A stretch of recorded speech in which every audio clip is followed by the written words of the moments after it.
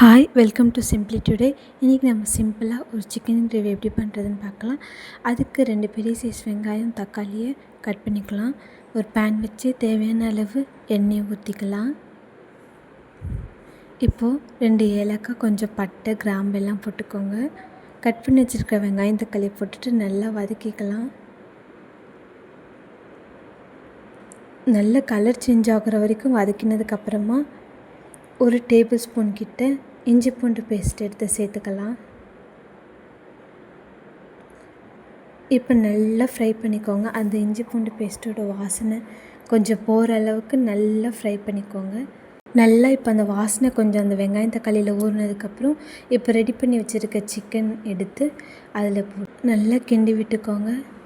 இப்போ தேவையான மசாலாலாம் ஆட் பண்ணலாம். கொஞ்சோண்டு மஞ்சள்தூள், கொஞ்சோண்டு சிக்கன் மசாலா, தேவையான அளவு மிளகாத்தூளுங்க. உங்களுக்கு காரம் ரொம்ப பிடிக்கும்னா நிறைய தனி மிளகாத்தூள் கூட சேர்த்துக்கலாங்க. நான் ஒரு சிட்டிகை சேர்த்துக்கிறேன்.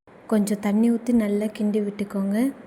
எனக்கு போட்டிருக்க காரம் பத்தலைன்னு தோணுது, அதனால் நான் இன்னும் கூட கொஞ்சம் சில்லி பவுடர் சேர்த்துக்கிறேங்க.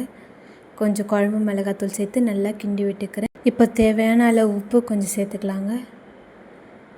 நல்லா கிண்டி விட்டுக்கோங்க. எல்லாம் ஓகே, காரம் எல்லாம் ஓகேவான்னு டெஸ்ட் பண்ணிக்கோங்க. இப்போ எல்லாத்தையும் நல்லா கிண்டி விட்டுட்டு குக்கர் விசில் போட்டு மூடிடலாங்க. ஒரு 3-4 விசில் வந்ததுக்கப்புறம் திறந்து பார்த்தா சிக்கன் கிரேவி ரெடி. ரொம்ப சிம்பிளாக செய்யக்கூடியதாங்க. ட்ரை பண்ணி பாருங்கள். சப்ஸ்கிரைப், லைக் பண்ணிவிடுங்க.